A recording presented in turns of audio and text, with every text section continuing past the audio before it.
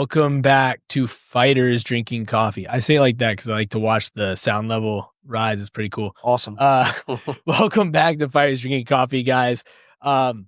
So recently I had 2 super fights in the pit. Went down to NGA. Doing some match breakdown, some match analysis, guys. A little bit of breakdown.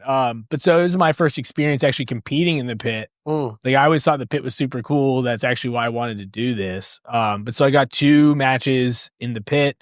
Had to rush through them. Had to get home to the family. Get in, get out, do your job. But so I got some matches in the pit. Got to like watch a few. A lot less pit work from some of the guys than others, watching like some of the blue belt stuff. So they had a blue belt quintet going on. I competed at 145, which is 5 pounds lighter than usual. Now given I used to compete at 135.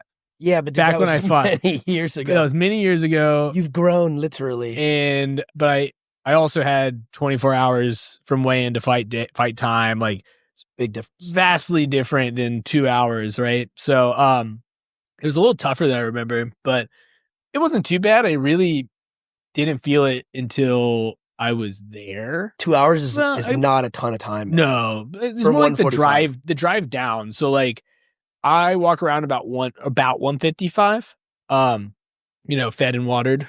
So it's about a 10-pound cut, but 2 hours to replenish that. Now I weighed in at 145.2. My allotment was 146. So like fucking perfect.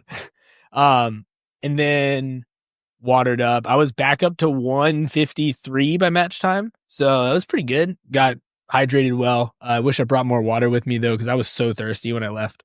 But I had 2 matches in the pit. First time competing in the pit. Both guys. One guy actually trains in the pit every day. So his gym has one. The other guy, he's competed in the pit a few times. So he's competed at this promotion a few times. I'd seen him compete. I'd coached against him. And I had a training partner that started training with Alex over at Vanguard who had also competed against him. So I had some good intel. I had some really good intel. Second guy had a little bit less. I had someone who had seen him compete, but like having like kind of coached someone through competing with the other guy and having someone who physically competed with them made a big difference, right? Like that it changes things. You know what that person likes to do. You have like actual hands-on experience. But so kind of started breaking it down, it's match day, got some good warm-ups. My buddy James, Doc, as we called him at the gym, different, not the doctor. Got a doc. Different doc. Also everyone needs a doc, man. Everyone needs a brown belt dentist. That's right. This is a thing that you should have in your life. I agree. But so he came up. He trains down in Richmond now, but so it was down in Fredericksburg. So he met me up there so he could coach me. So this was in Fredericksburg. So this was in NGA. It was at the lab instead of at High Noon. Okay. But so, I had a coach there, which was good. Which actually, especially having 2 matches, it was good to have someone like afterwards to like, hey, like, here's what you did well. Here's what you should focus on next. Like, think about this if you're in those positions again next time. So, I mean, that was pretty good. Good to have someone like that you're comfortable with for warm-ups too. And not like you have to grab a random person in the fighter area. But, like usual things, super fights, I'm like way more nervous before. I don't know why. One-on-ones maybe? Yeah, I think it's like one-on-one, like people are watching. So it's a little bit different. But once I get the first roll, like I just basically, once you get through the warm-up, you're good to go. IBJJF's a lot less nervous, probably because nobody's watching you, or it feels like no one's watching you. Well, there's like other people there's like 8 matches going on. Yeah, like it just feels less. I think it's a more something more comfortable. It's more like a wrestling meet, like wrestling tournament. It's just a more comfortable scenario. I don't know. I don't feel like I need to warm up as often for those. I still do, but like I don't I mean, like I don't need it for the nerves as much as like the other, getting the heart rate up. But the first match, it's fun, pretty cool. You hop into the pit, you slide down the wall. First match guy was he's a taller dude, but I mean I definitely generally the bigger guy. He was just taller.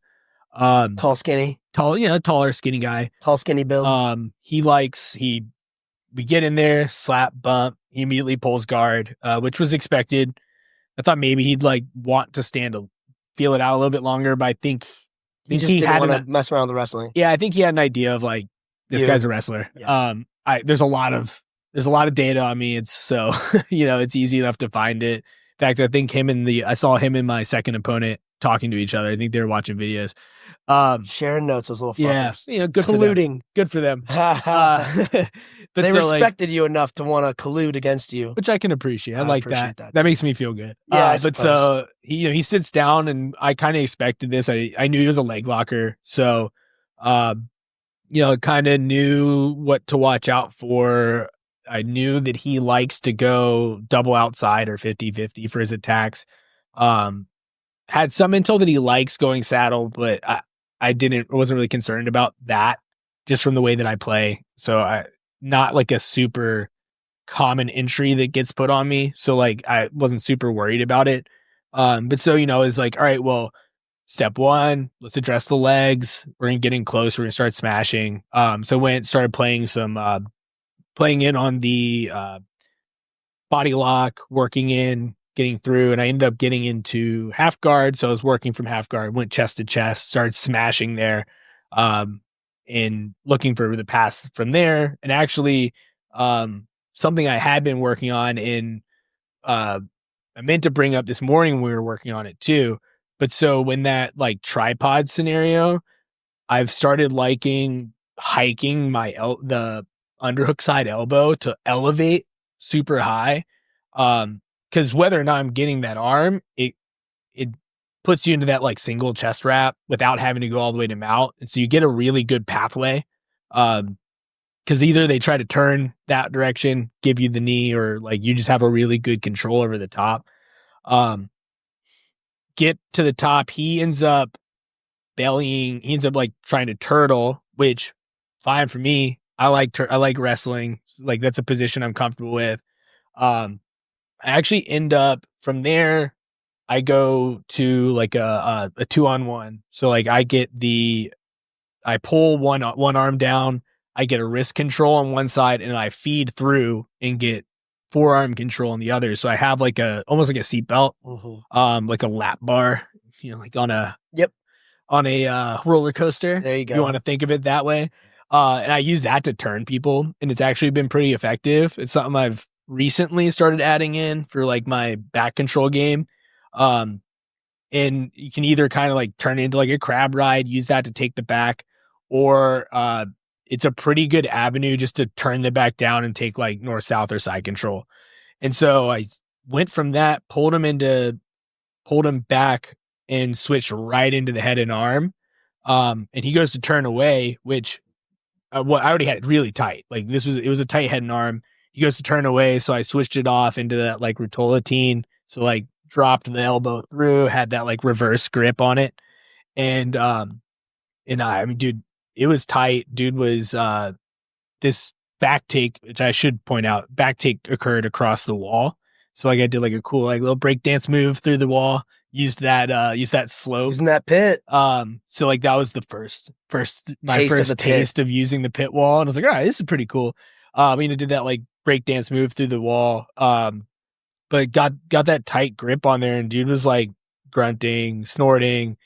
You get that like gurgling sound. And I was like, all right, this is starting tight. to work. And but dude was tough. He didn't want to let go of it, or didn't want to tap. Like he was actually holding out really well. Must have had just enough space. And it's one of those things where like, all right, I have another match after this, burning out this like, I could just keep squeezing this and try to like just power through it, or like switch off to something else and, hopefully not burn out my arms and everything. We were in this position. This was probably at this point about halfway or more than halfway through the match. I don't know the exact time, but like we were pretty deep into the match at this point, and I held him there for a good portion of time. So it kind of reaches that point of like, all right, like how much time can we commit to this? So I switch off, get to the top, and like almost immediately I'm like, all right, this is submission only. I already know I'm kind of like winning in the judges scorecard. I've been attacking. I've been I've been the one attacking here. Had a couple other submission like attempts. Yep. So it's like, fuck it. I'm going to prop him up and just like helicopter armbar. Whoa. So I just like threw that. It wasn't like it was good enough to like be a submission attempt, but like it didn't like lead to anything. I didn't get his arms apart. So then just, come back on top working there. And then with his long ass legs, he like at the very end throws up like a reverse triangle, like north-south style. And just to kind of like, he threw something up there and I just kind of postured up and I was like, I guess I'm just going to wait this out and wait for the bell at this point, which, whatever but I already knew at that point I'd done plenty for the win. I had a really close submission, like really near submission, to like where I thought the dude was going to pass out. And I thought I was going to get the sleep. A couple other submission attempts. I was aggressive on top, stifled everything that any attempt he had at like trying to put me back in guard or sweep or any of that. So, I was just on top the whole time attacking. So, like, as far as the security of the win, I already knew it was there. You had it. And so, he had it there. So just have to downplay his attempt right at that point where I think we were probably in the last 10 seconds at that point. So it's like, all right, let's just downplay his submission attempt and play it cool. But so first feeling in the pit, it was weirdly easy to playing the pit on the ground was pretty cool. Like that was fun. Like there's a lot of like cool ways to reapproach positions and like re-enter that in the pit versus flat ground versus the cage. But so that was eye-opening. I was like, all right, cool. Like I can use this pretty well here. So for, better or worse going into the second match. The second match, I got 5 minutes off, kind of did a quick download. Like guys like, dude, I think you just needed, James just like, I think you just need a little like twist or rotation to finish the sub. So I kind of felt what he was getting at there, that like, okay, I probably should have committed more towards taking the back for the finish than like staying kind of like, I had the hooks, but I only had one chest on his back versus like both sides of my chest, one pec. So like, I think if I just got a little more rotation, but it was one of those things where it's like, all right, like, what do you give up? What do you hold on to? This is like we were talking about earlier. It's exactly what we talked about earlier. What is? I know what you mean. What is the worth? What is like? Do I think I can finish this? Do I? And then at some point it's like, all right, I just have to like move on. Yeah. But so second match comes around, and this guy, the intel I had, I knew he had some wrestling background. Had some intel that like, he's a 50-50 guy. He does, or not 50-50, 10th Planet guy, likes leg locks, but he also, it's a lot of like flashy submission attempts from the bottom. Kind of knew what to look out for. But one thing I didn't think about was we get in there and I'm actually pretty good at wrestling off my heels. That's partially from like Greco-Roman training, stuff like that. Like I'm very comfortable with like arm drag, stuff like that. So I don't mind wrestling off my heels. And I also have pretty decent like cage wrestling from MMA. But I didn't think about the fact that that's how different that is than the pit. Like that there's a difference in how you can pressure against the pit to wrestle. Like, let me ask you wrestling off of it. Let me ask you a question on that. Do you think it's because of the slope?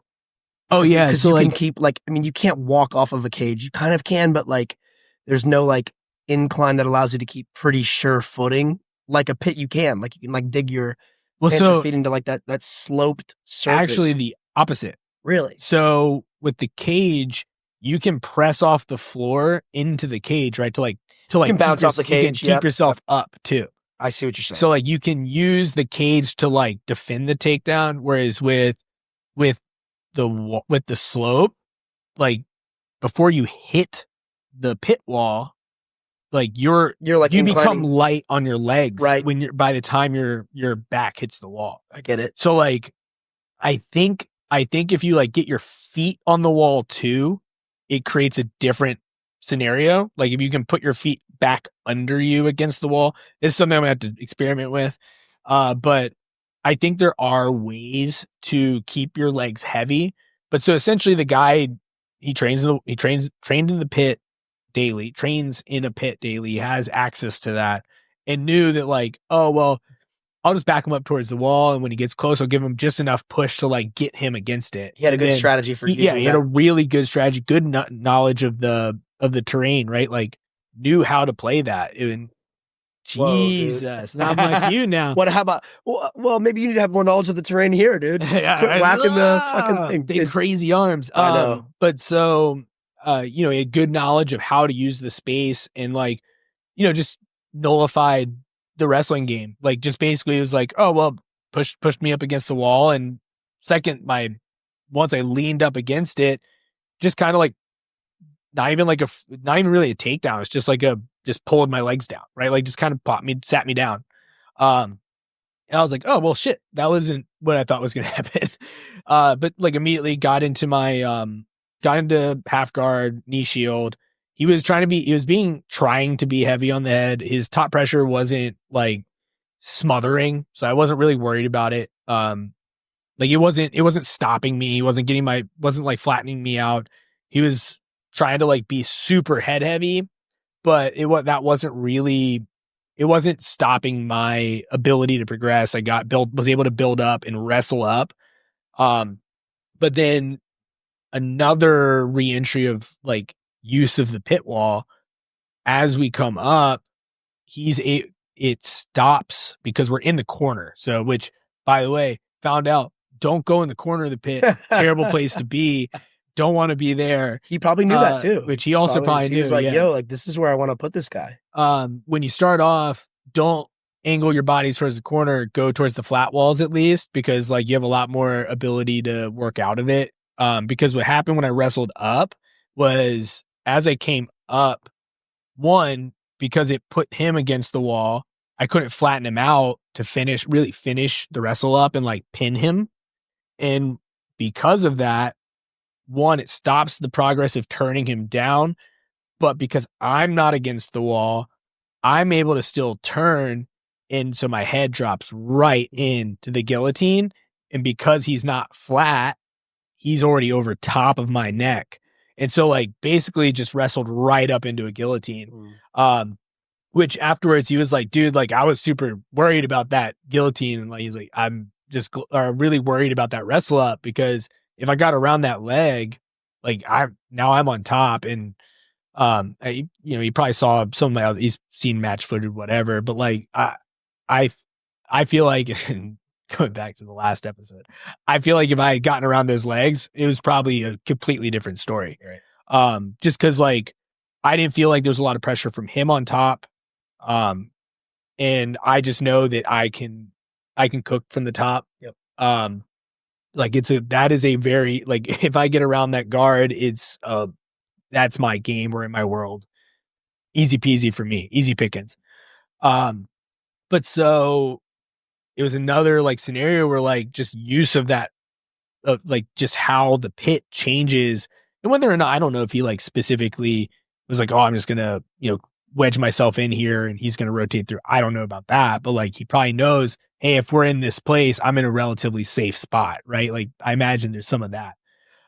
It's probably safe to assume with his awareness of how to use the pit, he's very situationally aware. Yeah. Like that terrain, as you said. Yeah. So like, he probably at least knew that the risk is lower, whether or not like he was like, oh, he's going to wrestle up and he's just going to fall into a guillotine. Mm-hmm. I don't know if that was like, oh, this is my game plan. Maybe, I don't know, but he probably knew I think in the post fight, he was like, oh, well, I knew once I have the head, I'm in a pretty safe spot. Like I'm in a pretty good spot for me. how much of that is talking for the camera, I don't know. But, I imagine there's a truth to that too, that like he knows he had head control. He probably felt pretty good considering we're wedged into the corner, all of that. So like, awareness wise, definitely like, and, shout out to him. Like he knew where he was. He knew he kind of knew how he wanted to approach the terrain and the rule set.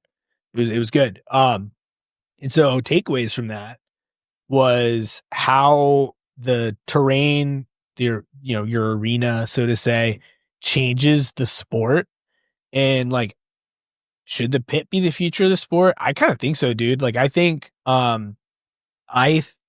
that the way that like the verticality and like the addition of like creating that like 3D space, if I know you what want to call it that, right? I know like, what you mean. Obviously we're fucking 3-dimensional beings, but whatever. Mm. But like that creation of like a 3D mat space where like you can't go out of bounds also. Like I think that it changes the game in a good way. I think the NGA pit's a little small.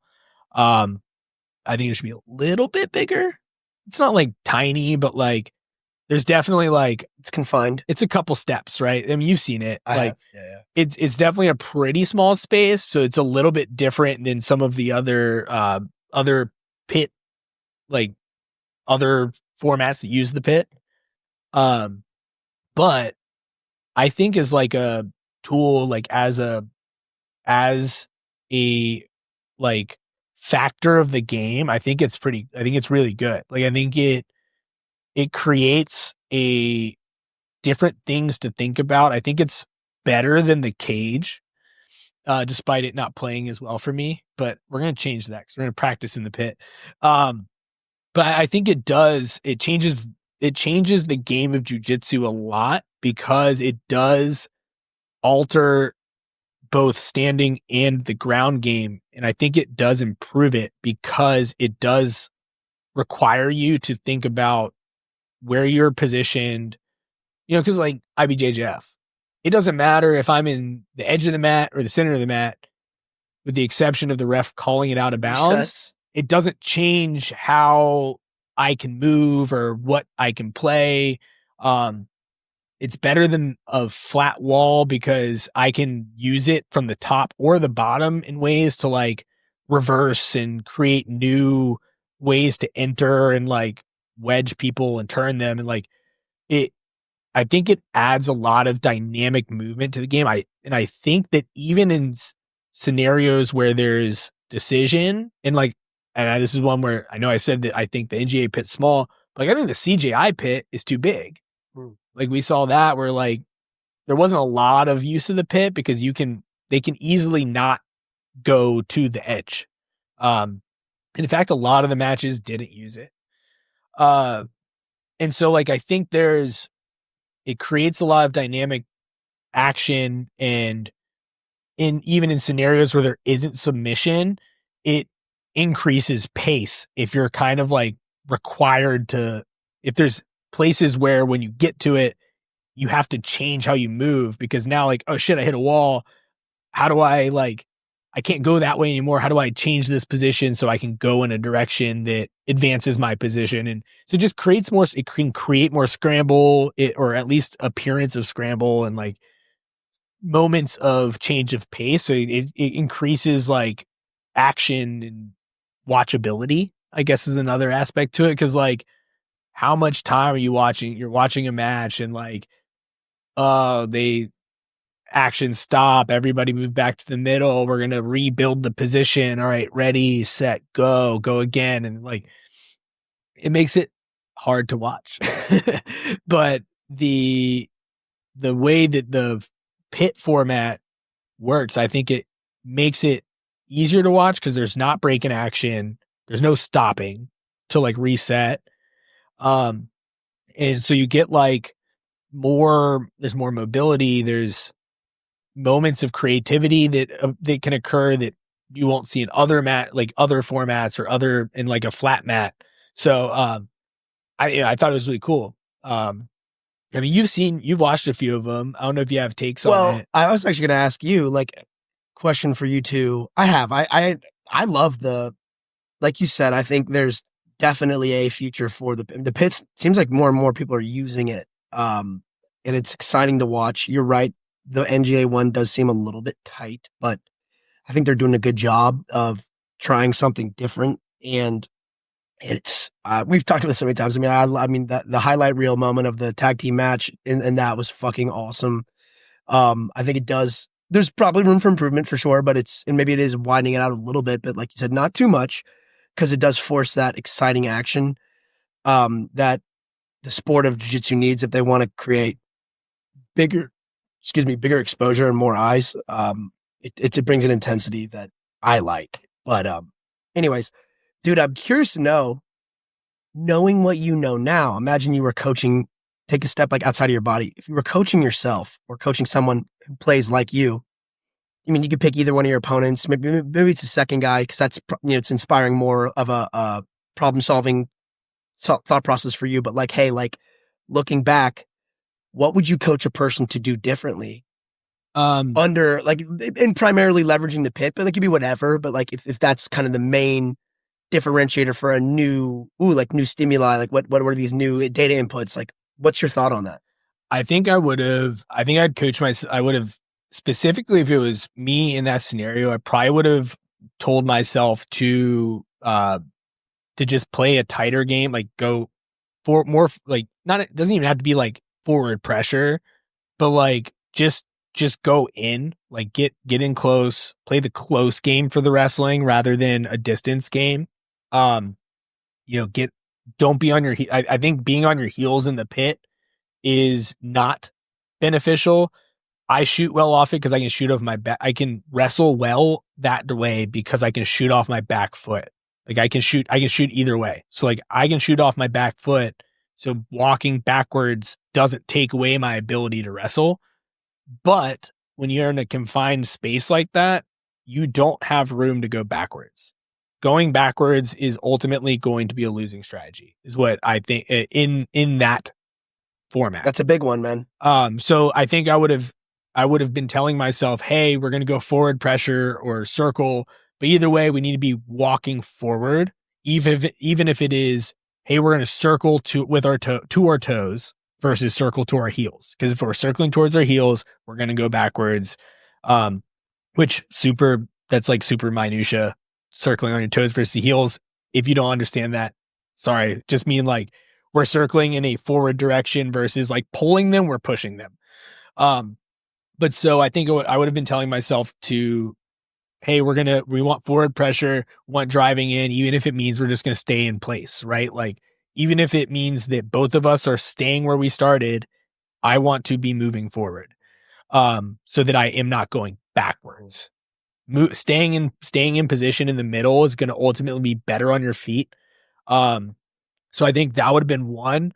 I think also on the wrestle up. So given, hey, we ended up in the same position coming up on the wrestle up, I probably would have also, rather than wrestling up and in, I would have gone contra considering to what I did. I would have wanted to pull back. So wrestle and suck him back rather than trying to wrestle and drive him forward. Because of the position of the wall, driving in, it puts him straight up against it. I think. So you can create some elevation. Yeah, if I could like bring his hips into me rather than bringing my hips into him. So like to complete the wrestle up, like to complete the sweep.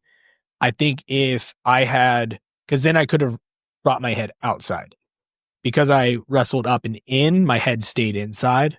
So I was head across like a single leg. I basically put myself into a single leg. But if I sucked him back, we would have ended up in like a body lock position, just the way that everything could have worked out. So I should have wrestled up and sucked him back, pulled him back, versus wrestling up and driving in, because wrestling up and driving in stopped motion. It put him in a seated position, had me in a position where my head was forward. He was seated over top of it, essentially. So I think I would have told myself to wrestle away from the wall first, like wrestled up and away from the wall. So circle out and back versus up and in, because up and in put us into a position where I could not flatten him out. Mm-hmm. So like if that's At least that's my assumption from what I believe that bird's eye view looks like. Yep.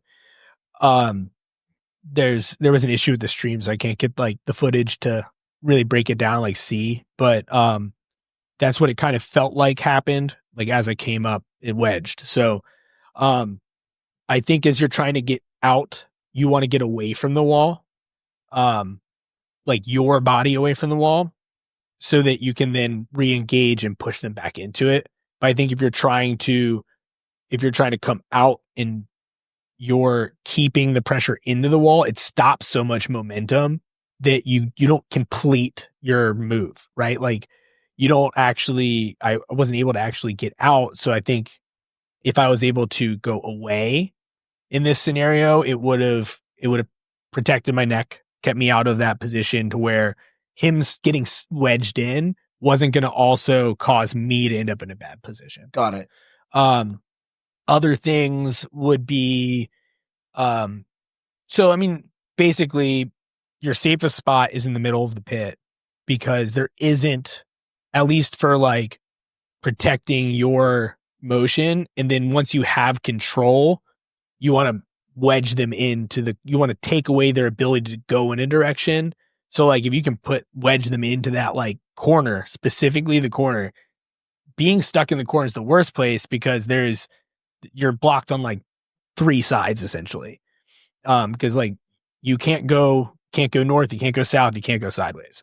So that seems to be the place you want to put somebody, and being against against the border wall, like just the flat wall seems to be less bad and can kind of go either way. So like depending on what the scenario is. So yeah, I think I would have, forward pressure on the feet. I think that would have changed a lot because then we would have actually had some wrestling exchange. I think that ultimately in a wrestling exchange, I'm more likely to win than, not in a wrestling exchange. And that also would have given me more opportunity to not be on the bottom, not have to be wrestling back up, not having to reestablish position, which then creates more scenarios for them to be on the attack, right? Like once you're on defense, you're on defense. So, whereas I do better on offense, like a lot of people. So I would say that would be kind of like the in moment advice I would be giving myself, like, hey, let's hand fight closer. Let's drive in. Let's be the aggressor here. So we just got to get our hands on the pit now. Yeah. We need to get a pit wall, at least just like one corner, like even just a corner section could make a huge difference for anyone who wants to do that, like compete in the pit. Mm-hmm. So, all right. But what other takes do you have? Or any ideas or questions regarding the pit, or ideas about how terrain and jiu-jitsu? Well, it makes a huge difference. Yeah. Like you said. I mean, the biggest thing being like there are no resets unless you somehow climb out of the pit, but I think that's a disqualification. Oh, well, there you go. At least it should be. That's the ultimate reset. Fleeing the ring. Yeah, agreed. Yeah, dude, it's, I mean, I haven't competed in a pit yet. I've watched and I've coached in the pit a couple times. But I've seen now like a couple dozen matches going to these NGA events live, watching CGIs and stuff like that. And I think the UFC is now using a pit too. Yeah, they're using like that bowl, circular kind of thing, which is different. There aren't corners, I don't think. But yeah, that's a very, like, I imagine that is probably because it's kind of like ergonomic, right? Like ergonomic.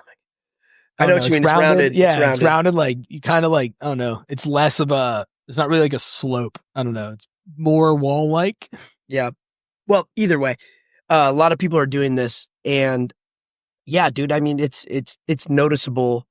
I was saying the word intensity insofar as like the close quarters nature of everything, has a major impact, and I mean, like it's with limited access, with no access to like using it. I have no experience applying jiu-jitsu, wrestling, whatever, applying any grappling in that environment with my hands on it. And that's in a lot of ways how I like to learn. So I my takeaways are that, like you said, like I mean, if you're not aware of how to use that environment. If you're there, like, don't let it be used against you. Now, that's easy to say. It's not easy to do if you don't have that awareness. So with that being said, like, the one thing that we do know is that there's this urgency to create action, ideally on the best terms possible. So it's like, if you don't know how to use the terrain, use the urgency of action to initiate and like keep pressing, keep improving as much as possible. I recall the match that Knack had in the trio when it was him, Tim, and Colton a couple months back. And Knack took out 2 of the 3 opponents that they had back to back to back. And the third one, he was saying that in all of the matches it was relevant, but he found a way to submit the first 2 opponents. The third one, he vocalized what you said, which was that, like, I was on top, but I was having a hard time controlling and isolating limbs, isolating my attacks the way I would on a flat surface, which is why he couldn't pull off the submission in the third match. And so, like, I think this is Art of War. I have the book somewhere on this table right here. It's over there somewhere. Understanding that terrain, dude, it's really important. I see Tides of War. Yeah. I mean, there's probably elements of that in Tides of War. That's a book about I think it's over here. It's right there. I can see it. Oh, you see it? Yeah. It is. It's over there, guys. It's over here, guys. Don't worry. I actually have it. But yeah, that's one of the first principles for this purpose. It's like sort of, maneuvering as another art of war, another tactic, another strategy of the art of war. Like, it's directly impacted by what your feet are standing on, what your dude's feet are standing on. Because your maneuvering will be limited by the terrain that you're on. That's what we've basically just talked about for the last like 40 minutes or so. Yeah. It's a huge game changer. So, I would love to find a way for us to get in on some pit training somewhere. It'd be cool. It looks fun. Everyone who does it seems like they're having like a good time. Like, sounds like you want to do it again. Oh yeah. I'm going to be doing it again in November. There you go. I've got that lined up. I'm actually going to do some of the tag teams. So that'll be fun. Hell yeah. I want to get some real chaos going. Yeah. November is my fun month for competitions. I have you like chaos, and I thrive in whether or not it's going to be provided for you. I have a feeling you'll create some, which is going to be even better. So yeah, but dude, in the meantime, let's see if we can't find a place to get you some pit training, man. Yeah, I mean, we have walls at DMA, which we could somehow try to use something like, at least it's your, I don't know, like your back limited, but in like that, if you're facing that back right corner, I think that would be a good spot for it, because it's kind of. How would we do it? Like, what would we'd have to get like a wedge? We'd have to build something that we could literally slide into that corner. You have to just build an incline of some capacity. Yeah, got it. Open to ideas, but and yeah, build it. If you have extra mat, like, which I think you have extra sections, right? We do somewhere. So it's basically just a 90-degree. You build like a triangle. That's it. It's just it's just a triangle frame, and then reinforce. There are ways. We'll pull up some blueprints. It's definitely doable. I know what you mean. A little bit of woodwork, some power tools. Yeah. Well, anyways, yeah, man, I think that'd be beneficial for you. Like, get you some opportunities to play in that. Yeah, it'd be. We're talking about. Professor doesn't know we're talking about this, but the coaches have been talking about just building one. It comes up every other week about building a pit wall in the coach chat over at Battlefield. Build it. It's fun. If you build it, they will come. Oh, it'll happen. But yeah, so something else, and I think the confinement too definitely rewards that aggression, because whoever, with it being such a small space in the pit for NGA, it rewards whoever initiates, whoever is the more aggressive with going forward is more likely. And I bet you we could pull up, like, create like a scatter plot or something of like initiate forward aggression to victory. Like, you could probably take every single match, and whoever initiates forward action first probably wins every single time. It makes sense, man. Or at least most of the time. It's one thing you can control. Yeah. And like, back to what I was saying, if you don't have that data on how to use the pit, like, you might have to over leverage that. it's something. It's sort of just like, all right, knowing what we know, without a ton of hands-on experience, like one thing that you can do is just drive the action, like you said.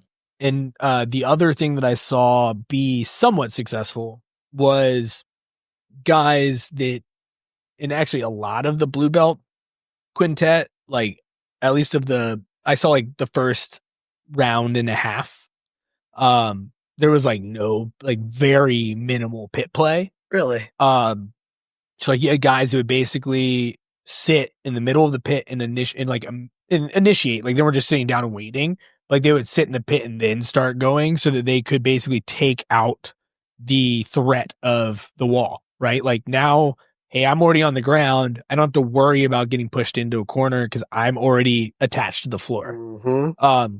So that was like the other, like, I don't know, in my mind, non-committally aggressive, but well, it's initiating action. Yeah, it's like saying we're fighting right here. Yeah. Right here in the middle. Yeah. So like I think that was the other, like, guys who shout out the guard pulling. Yeah.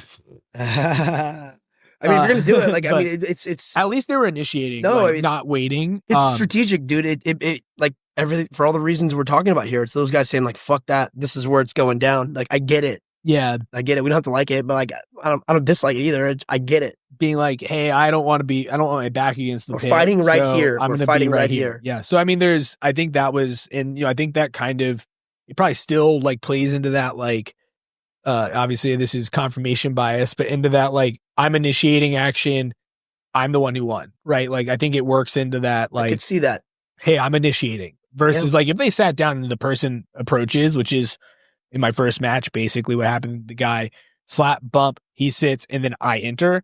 I'm initiating action. You can still initiate action, right? In those circumstances. So like, he sat down. He might have wrote the rules of like, here's where we're engaging, but I, the one who took back the initiative, I used my right of initiation. That's right. From this morning. That's right. Writ of initiation. Did. But so, we're very old timey, very medieval war tactics. Language, yeah. But so, you know, like I think that definitely also plays into creating, like, altering the rule set in a way that like whoever initiates and attacks, which I guess probably works for most jiu-jitsu, right? The guy who puts the match on the ground is the one who normally wins, right? Like, dude, maintaining the initiative. This is another art of war thing. Yeah, you got to dictate the fight. Yeah, initiative is it's a concept in combat, dude. Whoever is the step ahead wins. So I mean, I think it amplifies it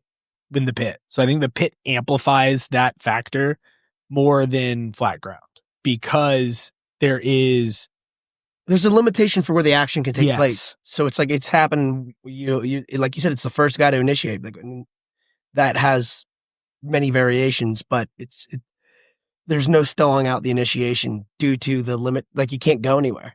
Yeah, and like you have to initiate. Yeah, and so like there is no, hey, I'm just gonna walk away from your attempts because you can't walk away. You can't go out of bounds. You can't get pushed out of bounds.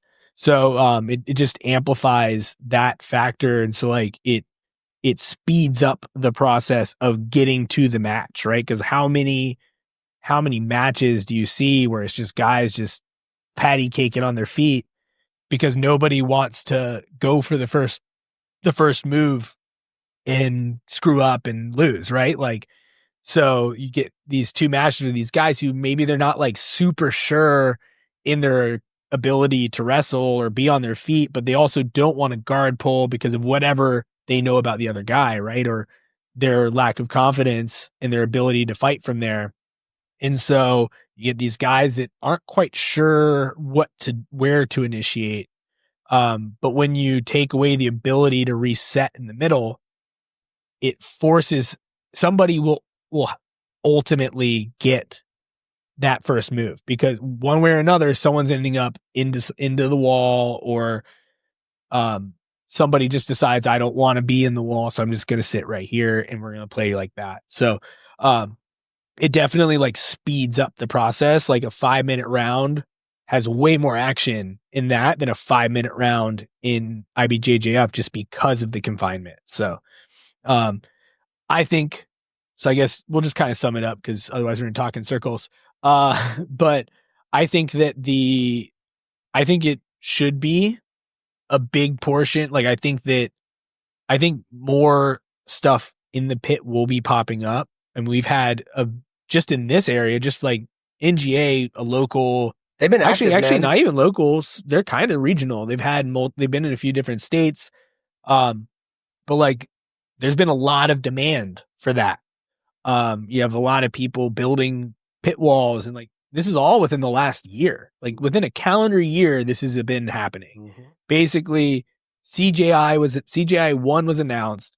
People started, and once they said, "Hey, we're going to do this in the they got it from Karate Combat, I think." Yes, but I think once they kind of took it and mainstreamed it into jiu-jitsu, like, they took the Karate Combat, like, they did a couple. I think Craig Jones did a few super fights there, and was like, basically took that idea and was like, "Hey, we're gonna jam this into the canon of jiu-jitsu." Mm-hmm. Like, now this is an avenue for jiu-jitsu now.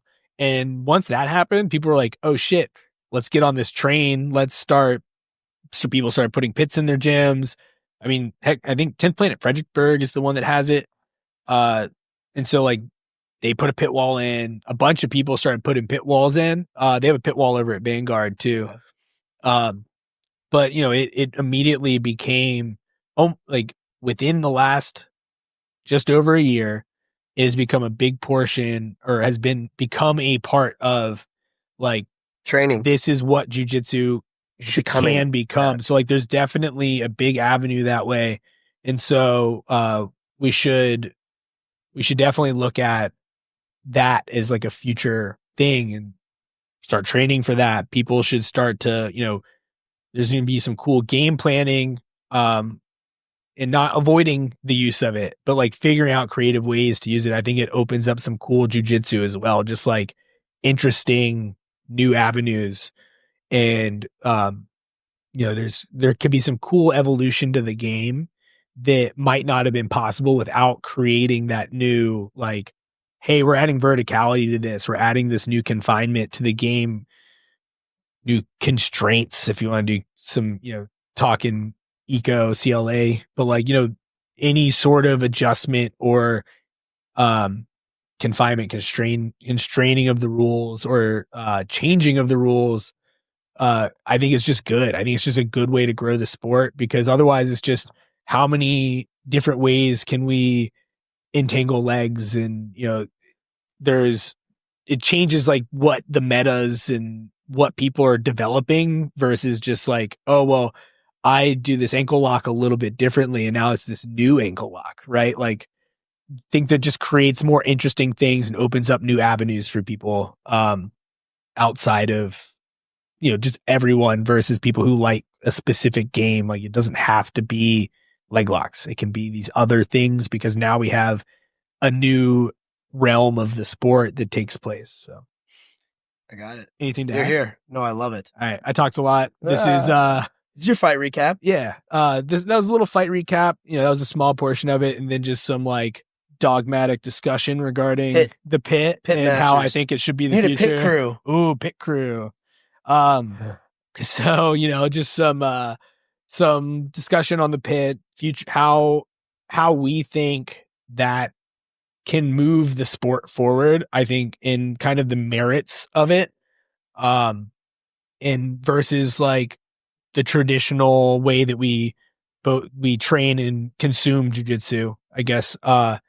But as always, guys, this was Fighters Drinking Coffee. As always, follow us on the socials at Fighters Drinking Coffee on Instagram. Find Scott on there too. He's there. I'm on Instagram at Scott Dance BJJ. At Scott Dance BJJ. At Scott Dance BJJ. You can find me at Get Sudsy. If you want to see what we're up to sometimes. And sometimes I post stupid shit. So if you want to see some stupid shit, check that out too. And then also on your listening apps, guys, this is the biggest one for us. On wherever you listen to the podcast, hit that subscribe button, review the show, drop some comments. I'll look for them. But let us know what you guys think. Hit that review. 5 stars is ideal. 5 stars. I don't care. Just do 5 stars. Just do 5 stars. No other questions. Just do it. Hit 5 stars. Fucking do it. And that'll get us out to that'll spread our reach. Helps us out in like the Spotify, iTunes algorithms.